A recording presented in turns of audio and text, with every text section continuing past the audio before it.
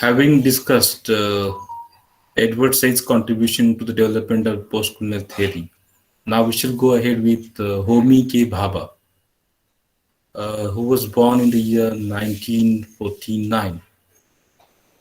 He is one of the leading postcolonial theorists and critics, and he builds on Said's concept of the other and Orientalism.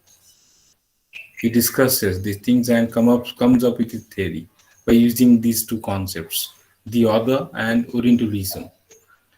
Bhabha was born into Parsi family in Mumbai, India, and he received his undergraduate degree in India and his master's degree and doctoral thesis degree, PhD, from Oxford University. He taught at several prestigious universities such as Princeton, Dartmouth, and University of Chicago. Currently, he is a professor at Harvard University. And in works such as The Location of Culture, this is his work, The Location of Culture of 1994, he emphasizes the concerns of the colonized. Colonized means those who have been colonized by the colonizers. For example, the Indians were the colonized and Britishers were the colonizers. So he emphasizes the concerns of the people from such colonized countries. What of the individual who has been colonized? He raises this question. Okay. So, on the one hand, he thinks the colonized observes two somewhat distinct views of the world, that of the colonizer, the conqueror. The colonized people see two worlds. One is of the colonizer, the conqueror, and that of himself or herself. That is the colonized, the one who has been conquered, the one who has been controlled by these colonizers.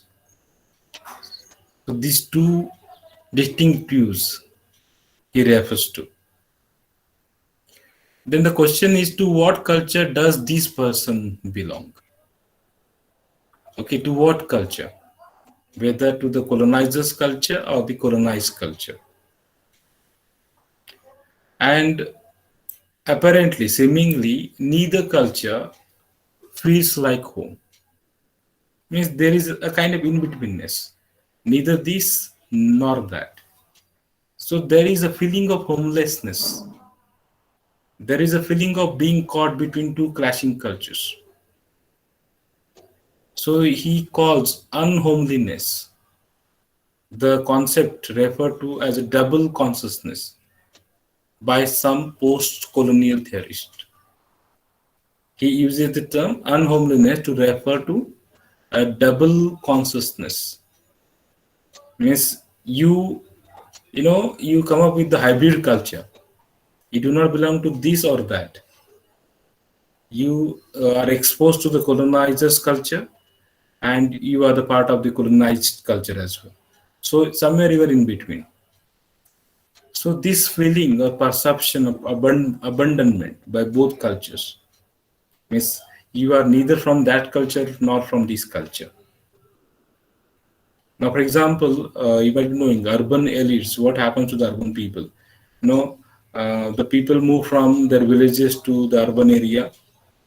And for the urban people, original urban people, these people belonging to villages are not, the part of the urban society. And when they come from the urban place to their own native place, then as well there is a kind of non-belongingness. And same is the case of non-resident Indians. Now he's talking about the period of the colonization or the colonial period, we can say. So this feeling of perception of abandonment is a feeling that you do not belong to any one culture. You are abandoned by both cultures.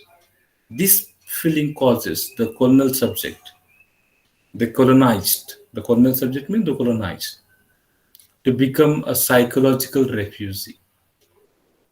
It causes a mental trauma and they become a psychological refugee, because each psychological refugee uniquely blends his or her two cultures.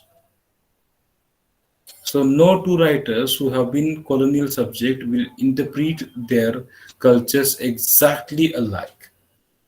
No two writers, means writer one and writer two. None of them can interpret their cultures exactly same in the same manner. Suppose A and B belong to the colonized culture, and none of them can represent their cultures in the same manner because they have different perceptions.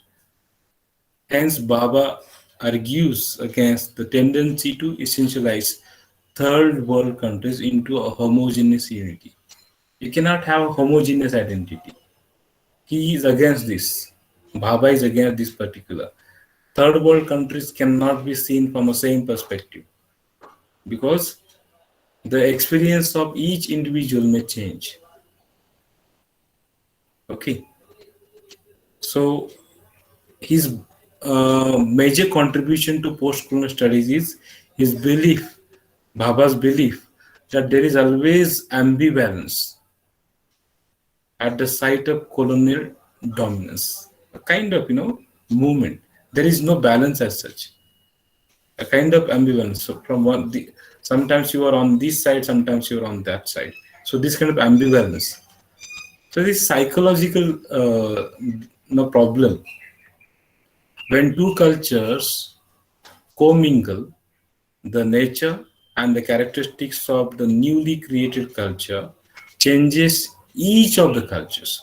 Same thing happens in case of language as well. When you talk two different languages and you try to learn, for example, you talk in one language and you try to learn another language. That is your target language. So then time you may face problem, and your language, for example, English speakers in India, that English is neither like what we call the Britishers, and nor the language is not like their their own language. So this is intra-language situation that is created. Such kind of English is created. We call it English, Minglish, Tinglish, etc. So this dynamic, interactive, and tension-packed process is named as hybridity by Bhabha. So this is the concept that Bhabha uses to describe situation. This is hybrid situation. So Bhabha himself says that I quote him, hybridization is a discursive, enunciatory, cultural, subjective process having to do with the struggle around authority, authorization, deauthorization, and the revision of authority. It's a social process. It's not about persons of diverse cultural tastes and fashions. So this is what he thinks about hybridization. Hybridization is a digressive process as such. It is a subjective process. It's a kind of struggle. No, everything every time it goes on between authority, authorization, deauthorization, and the revision of authority. It's a social process. So as a result, a feeling of unhomeliness develops in the colonized. There is always a feeling of unhomeliness. We already talked about this feeling. You do not feel like belonging to either of the cultures. Okay, so when we talk about it in the context of writers, the colonized writers, this commingled culture, you know, this is a commingled culture. He writes in such a commingled culture, and he undergoes this kind of unhomeliness, sorry. And Baba's answer to this sense of unhomeliness is that the colonized writer must create a new discourse, he says. You a colonized writer must create rather new discourse by rejecting all the established transcendental signifieds. Okay, signified means concepts, signifier and signified. So I need the combination of signifier and signified. Signified is the actual concept, the image that is created. Okay, when you say utter a word cat, okay, so uttering of cat is a signifier, and what happens later in your mind, that is when the image of cat is created, that is signified. So this writer, colonized writer, must reject all what we call, I'm sorry, must create a new discourse by rejecting all the established transcendental signifieds by the colonizers. These concepts, these images created by the colonizers have to be rejected. They are transcendental. Transcendental means they are not found. They do not exist rather. And such a writer must also embrace pluralism, he says. Means he should believe that no single truth and no meta theory of history exists. No single truth is there. There is plural truth. There is no single truth as such. Okay. And there is meta theory, theory of theory. And what should this writer do to accomplish these goals? He uses, Bhabha consistently uses the tools of deconstruction theory, means Jacques Derrida's theory, to expose cultural metaphors and discourse. So Fanon, Said, and Bhabha lay much of the theoretical framework of post-colonialism. Many others have joined them in continuing the dialogue between what Bhabha calls the Occident and the Orient. For the Western people, Bhabha uses the term the Occident and the Orient. Okay, and he concentrates on what some critics call the flows of culture. These theorists and post-colonialism divides into smaller theoretical schools. We have already referred to that by their choice of theoretical background and methodology. Based on their methodology and background, post-colonialism is further divided into smaller schools. Marxism, post-structuralism, feminism, African American, and psychoanalytical theory all influence post-colonial theory. Now you can here refer to Gayatri Spivak or Gayatri Chakraborty Spivak, who published Derrida's Of Grammarity. She translated Of Grammatology into English. It was in French. Jacques Derrida was a French philosopher and post-structuralist. And she translated Derrida's Of Grammatology into English.